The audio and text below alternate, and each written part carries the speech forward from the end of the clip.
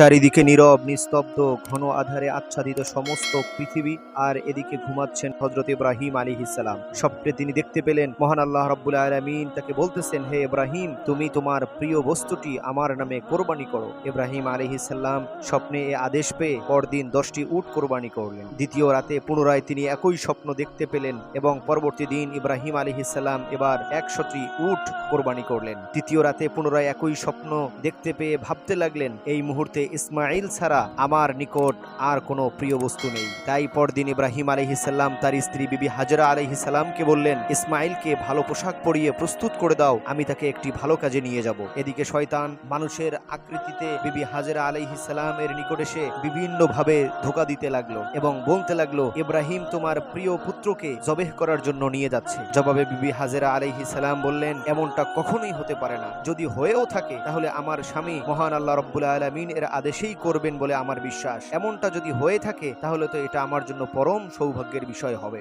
শয়তান যখন দেখলো কোনোভাবেই হাজরা আলাইহিস সালামকে ধোঁকা দিতে পারতেছে না, তখন সে হযরত ইসমাইল আলাইহিস সালামকে বিভিন্নভাবে ধোঁকা দিতে শুরু করে। কিন্তু ইসমাইল আলাইহিস সালামের মনোভাব এতটাই সুদৃঢ় ছিল যে তাকেও কোনোভাবে ধোঁকা দিতে পারলো না। শেষ অবধি ইসমাইল আলাইহিস সালাম শয়তানকে তাড়ানোর জন্য একাধিকবার পাথর নিক্ষেপ করেছিলেন। এই কাজ মহান আল্লাহ রাব্বুল আলামিনের দরবারে এতটাই পছন্দনীয় হলো যে কিয়ামত অবধি পর্যন্ত শয়তানের প্রতীকীকে পাথর নিক্ষেপ করার বিধান মহান আল্লাহ রাব্বুল আলামিন চালু করে দিলেন। আজও হাজীগণ জামরায় পাথর নিক্ষেপ করে।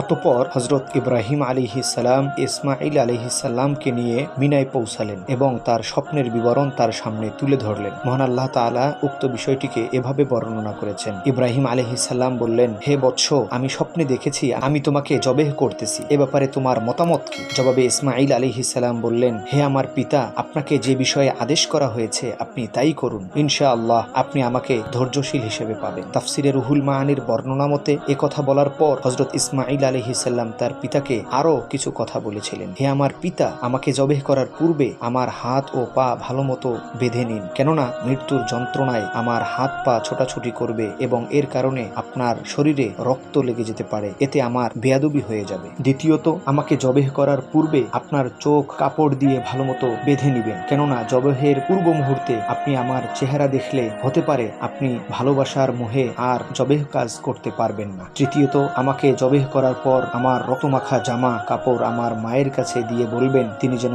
ধৈর্য ধারণ করেন এবং তাকে বলবেন এর বদৌলতে আমরা জান্নাতে একসঙ্গে বসবাস করব। এরপর হযরত ইব্রাহিম আলাইহিস সালাম ইসমাইল আলাইহিস সালামকে জবেহ করার জন্য কাত করে শোয়ালেন। ইসমাইলের হাত পা বাঁধার সাথে ইব্রাহিম আলাইহিস সালাম নিজের চোখও একটি কাপড় দিয়ে বেঁধে ফেললেন। অতঃপর ইব্রাহিম আলাইহিস সালাম ইসমাইলের গলায় ছুরি বসিয়ে সজোরে চালাতে লাগলেন, কিন্তু কোনোভাবেই ইসমাইলের গলায় ছুরি কাটছিল না। তিনি প্রচন্ড রাগত স্বরে ছুরিটি পাথরের দিকে নিক্ষেপ করলেন, ফলে পাথর ভেঙে গেল। অতঃপর আবারও সেখান থেকে ছুরি নিয়ে ইসমাইল আলাইহিস সালাম এর গলায় চালানো শুরু করলেন। এবারও কোনোভাবেই ইসমাইলের গলায় ছুরি কাটছিল না। ঠিক তখনই আসমান থেকে হযরত জিবরাইল আলাইহিস সালাম জান্নাতে একটি দুম্বা নিয়ে তথায় উপস্থিত হলেন এবং ইব্রাহিম আলাইহিস সালামকে সম্বোধন করে বললেন, হে ইব্রাহিম, আল্লাহর প্রিয় বন্ধু, আপনার ছেলে ইসমাইলের পরিবর্তে আল্লাহ তাআলা জান্নাত থেকে এই দুম্বাটি প্রেরণ করেছেন। আপনি ইসমাইলের পরিবর্তে এই দুম্বাটি কোরবানি করুন। আপনি আল্লাহ তাআলার পরীক্ষায় উত্তীর্ণ হয়েছেন। অতঃপর হযরত ইব্রাহিম আলাইহিস সালাম জিবরাইল আলাইহিস সালামের কথা মতো